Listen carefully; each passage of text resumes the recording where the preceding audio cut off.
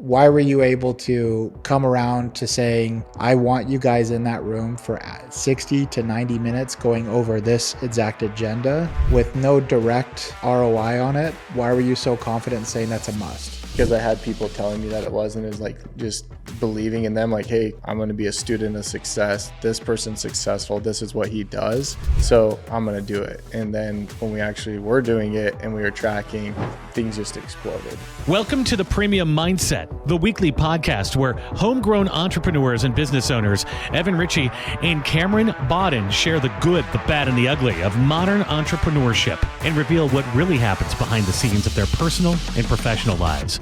As owners of two of America's fastest growing and most disruptive companies, Coconut Cleaning and Green Mango Pest Control. Stay tuned for real stories, struggles, insight, and advice from real entrepreneurs in real time. What's going on? Today we are diving in on the topic of meetings. When should you hold them? Who should be there? And what should the agenda look like? We're going to answer all of these questions and more on this episode of the Premium Mindset. So I've been your partner 8 years. And even back to 8 years ago when you had Black Hat, Pineapple, all this, you always, was it Tuesdays or Mondays when you? Tuesdays. You don't like Tuesdays now? That's my day. But you always had these one-on-ones with us where it's like, hey, you're the operator, you're going out. Let's talk about your job average, production. What are you seeing out there? What do you need? You've always been, as long as I've known you, you've been religious to keeping meetings in some sort where people come and they all bring kind of what they produced over the last week. I'm curious, in all the companies you've talked to in the last 6 months, how many of them hold religious one-on-one, weekly, or any type of meetings? Any type of meetings, yes. Let's say one-on-ones. One-on-ones and weekly meetings, like scheduled manager meetings, or if they don't have managers, just team meetings, like on a routine, none. And maybe I'll say 5%, but the ones that have like a set agenda, whether it's quarterly, monthly, bi-weekly, weekly, like no one has. It's just like, hey, I think I should meet with my team, and whatever comes to mind, like we're going to talk about are the problems. So then let me create the backdrop for the listener. At this point at Coconut and where we were running for the last 2 years, we have a set agenda, and we hold every week. A manager holds a one-on-one with every direct report and has a very structured agenda on what that direct report brings to them, as well as a clear format on what to go through with that direct report. So first, one-on-one meetings. So important. So if you're a founder and you have 3 employees, you meet with them one-on-one every week, maybe bi-weekly at the higher levels of management. I'll just add in this. Please. I wasn't good at that. You brought that to Green Mango. But you held that with me. Well, with you, but like on like me to managers, I wasn't great at it. With partners, I was. And I don't know why I wasn't. Maybe I didn't see the value, but you helped me see the value in doing it, which as I'm saying it sounds so dumb. Like if I saw the value in manager or in partners, like why wouldn't it be there for managers? Right. I didn't make that connection. I think it's not necessarily a caliber distinction of people, but no, not at all. I just didn't like. But here's what I will say though, like me sitting in a room with Tommy, I'm going to get a different quality of conversation than you because of success, accomplishments, where you guys are at. And I think there was this period where you just got exponentially better in terms of your behaviors, how you showed up every day, that like if you were to have been meeting with either frontline employees or even middle management, sometimes there was just such a distinction in like quality of what you wanted to do and how you wanted to maximize that time. So I give you a little pass there because from a partnership level, that was my time to learn. That was my time to grow. That was your time to pick apart things. And then you go like founder to, first employees, always hold one-on-ones. The second you can have a manager over a department, you then require them to hold one-on-ones with their direct reports. So that's the first category of meetings, one-on-ones. Have you kept up I don't want to cut off your train of thought, but like the quarterly write-ups, like performance review you've done, don't miss. You've kept it at Coconut. Don't miss. Okay. So we'll jump to quarterly. So every quarter, And it's so important to make this distinction. This is not a time where you write people up. It's not a time where you have feedback. That's one-on-ones. Praise in public, correct in private. One-on-one time, especially held weekly or bi-weekly, allows you to correct bad behavior fast. It allows you to make pivots fast. The next meeting that we came up with was the weekly manager meeting. And I feel like that was you starting at Green Mango 2.5 years ago. Like, what was the thought process behind that, where you were willing to carve out $2,500 in labor for that hour for all your managers, middle managers? No, I had it before. I probably had it 2000. I probably started that 2018, 2019. Okay. Because Scott ran it, and who was before Scott? Anyways, but like the quality of like the agenda, because I was what we just described as we started out. Hey, let's have a Tuesday meeting, but I didn't have like a written agenda of what I wanted to accomplish. Right. And I'd go a step farther too, to say that you being very conservative, maximizing hourly production, why were you able to justify, I think at our highest point of labor, the amount of managers sitting in that room and our hourly income, it was close to $3,000 for that hour. Yeah. Why were you able to come around to saying, I want you guys in that room for 60 to 90 minutes going over this exact agenda with no direct ROI on it? Why were you so confident in saying that's a must? Well, because I had people telling me that it wasn't, is like just believing in them, like, hey, I'm going to be a student of success. This person's successful. This is what he does. So I'm going to do it. And then when we actually were doing it and we were tracking like the return, and when we were open about numbers, we've talked about this a lot, and stopped like hiding the numbers and letting them, get creative of how to accomplish the goal, things just exploded. And that's what was, so like that 3,000, yeah, it was really expensive, but this is going back to like max. I laugh because it's like, they probably just didn't take I don't know how to say this, man, without being a jerk, but it's like, dude, they're going to waste an hour a day anyway. So you might as well have them in your meeting being productive. So make them have them be productive for that hour and go get what you need done that day. Let's talk about a more expensive meeting that we held every month. And this is the one where I'd say like, this is what I've been doing for 8 years, but your meeting is infinitely more expensive. I think the last number that I got from James. So we have our one-on-one, which is manager to direct reports in a clear format. Do you have that structure? I think I can send it over like what you had. And then weekly, which is all your managers in a room with you, and you're going through the same structure, but at the level of what the managers would go over. And the more expensive meeting that you got on board with 1.5 years ago, 2 years ago, was holding a monthly meeting for Green Mango, where, keep in mind, James said, with your amount of employees, that meeting costs anywhere from $18,000 to $21,000. You said, I want our managers up in front of the entire employee base. Those that are remote in the West Valley, I want them on a Google invite. And we had a monthly meeting where every month all the managers would go up and go through their KPIs and report to the company. And then you'd come up and give a training at the end. Again, another meeting. Is that the same principle? I'm just laughing because, again, and I know we're blending podcasts here, but it's like, this is where a mentor is so powerful. Tommy, out of the blue, hey, come to our meeting called Bring the Fire and just experience it. I have pictures of us in the room standing in the back, like couple dorks, like literally screenshotting every single slide, right? Yeah, and I asked him hey, dude, you care if we take pictures? Because I'm about to rip this off, dude. Yeah. And sent it to Kate, sent it to James, and said, I want this done. I think we had to implement it within 4 weeks. Yep. And again, super expensive, but the why was I said, Tommy, and Tommy invited me to it because I said, dude, I'm so frustrated going to these departments, fixing a department, coming back to it 4 months later, 6 months later, and the same problems happening. Like, what are you doing? You got to get people on the same page. You got to get an auditor in place, and then you got to be presenting data, and under your whole team, everyone in the company needs to understand where you're wanting to go. Did you achieve it last month?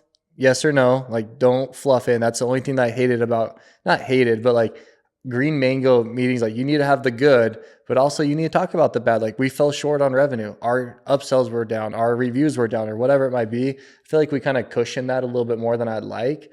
But like, your company needs to know where you're at. Like, be honest with people. I had a guy, one of the guys that's in the one-on-one, the 1% club.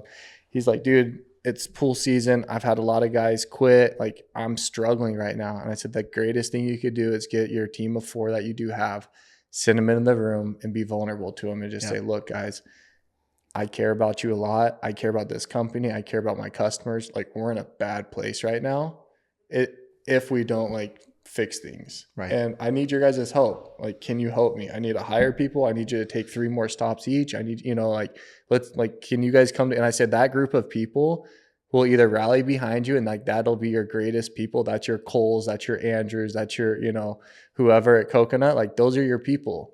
But he's never been vulnerable with them and that's how I was. And that's why I wanted to give him that advice, is because you never wanted your employees to see blood in the water. You always wanted to put on this persona that everything's okay. And it's like, dude, be real with your people. Hey guys, we're falling short. We always talk about Tommy, man, because he's our mentor right now, but it's like, that's the first time I've ever heard him say, like, we fell short on our, it wasn't revenue. What was it? Sales. It was sales goal? So, I mean, probably revenue too, but it's like, we fell short on our sales goal for the first quarter in however many years.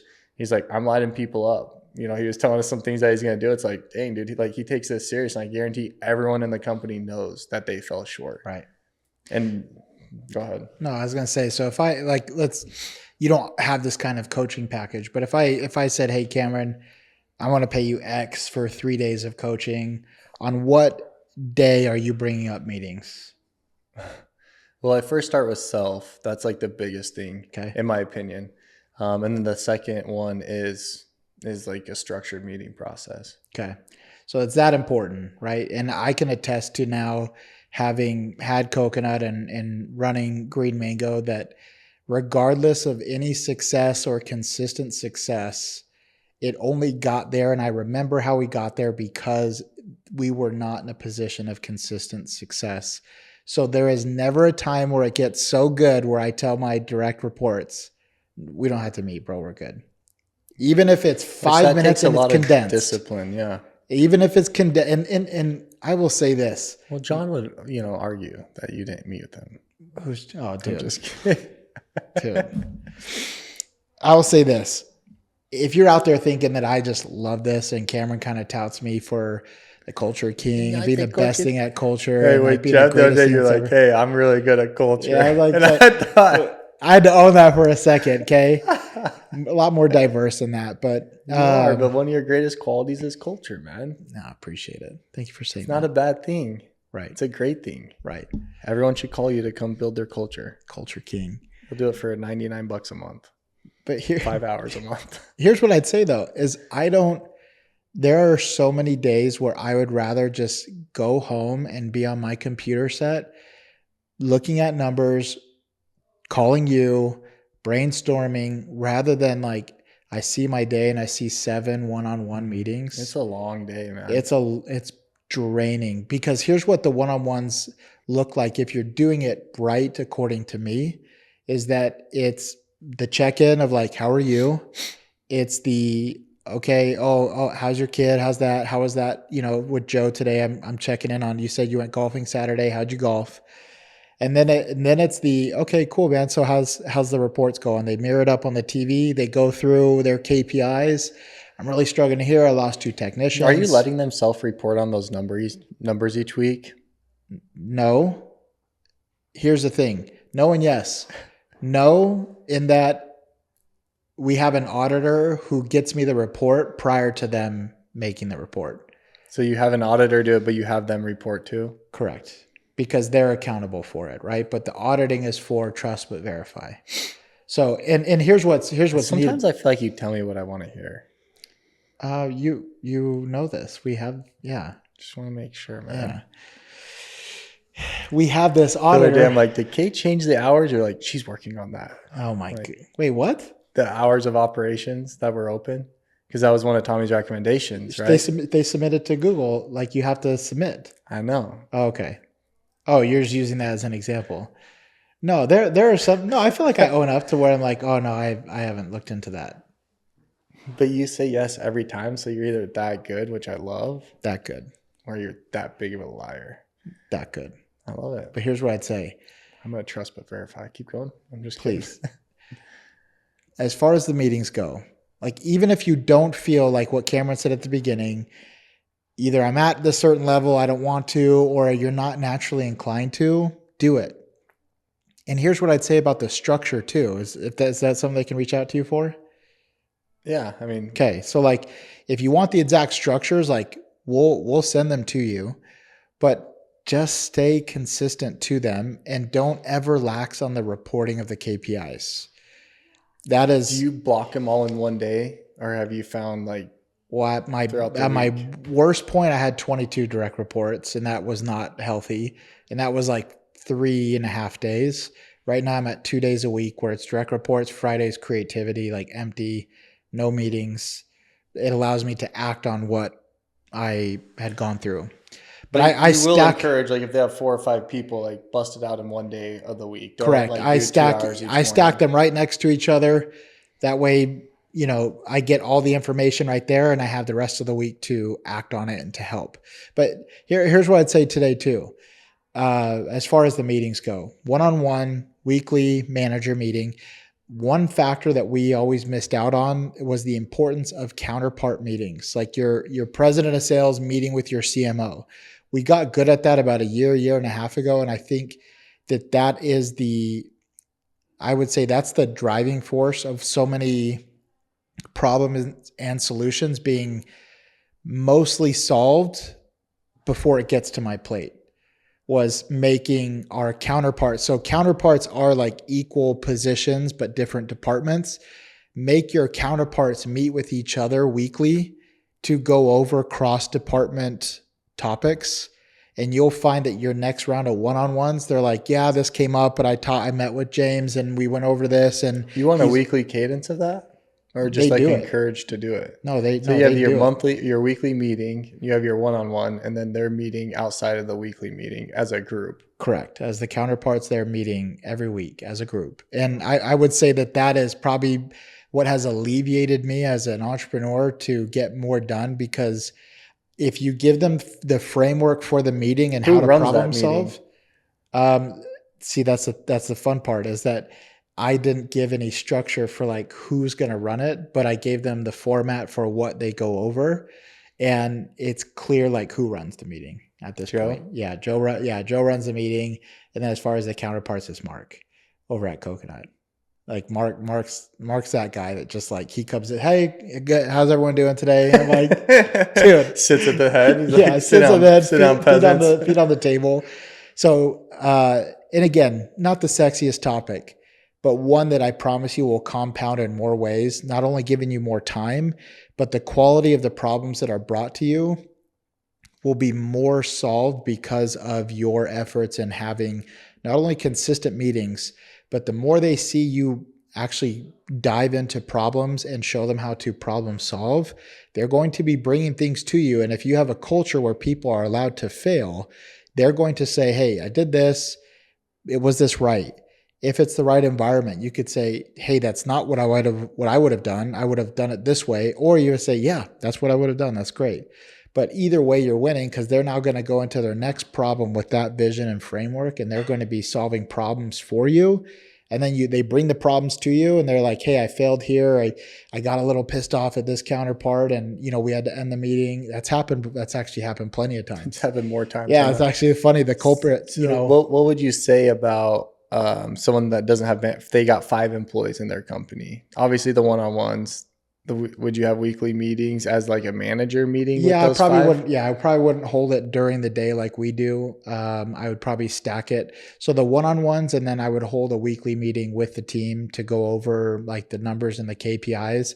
And then the monthlies, when I had a structure like that, we just went to Topgolf because every week was that. So it's like we at the office met for 30 minutes. Hey guys, here's the recap of the week. Let's go. So if you got 5 employees, you're having one-on-one meetings, then you're having a company-wide meeting before the routes start. Yeah.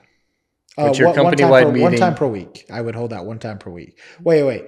I would every morning, if I have 5 people and I'm the boss, I'm managing that group, and it's a sales environment, service. Doesn't matter. If you're in service, it's always going to be how you prep for the best customer experience. And so one-on-ones once a week, and then I would hold a meeting every morning to prep them for their day on how they win the day. But would you have a company-wide meeting once a week to go over last week's numbers and what you're working on this week with those 5 employees? Yeah, I would probably do that on Monday to recap the week.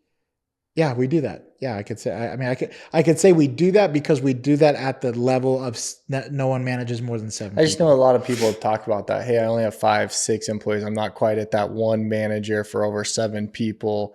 How does that look like? What am I sharing with them? What am I not? To me, I go back to my kids. Like, I want my kids seeing the most disciplined structure of the simple and easy things in life, so that I think it was Jordan Peterson that says that your job as a parent is to mirror the world they're going to walk into versus like protect them. Like, just I'm protecting them. And so I'll put the kids through like a little bit of conflict, and I'll talk with Ammon, and he's like, oh, like, people aren't very, some people aren't very nice to me. I'm like, well, what does that sound like? Well, like, it's usually when I'm hanging out with these 3 friends and we're like at the computers and like they'll be mean, and I'm like, what do you do? Like, we'll talk through it. But it's like, I look at employees the same way, where I want to have the system that gives me the highest probability of success. And so I would simply ask what Kathleen asked me our HR manager. Yeah, our HR manager, that dreary day when I was struggling about firing a manager or not. She said, Evan, if every manager embodied the same behavior of this manager, would the company be better or worse? I said, worse. She said, you know what to do. So if every person that were to manage 5 people beyond you were to embody the same behavior at scale, would it make you better or worse? Better. Hold the meetings with your people. Mm-hmm.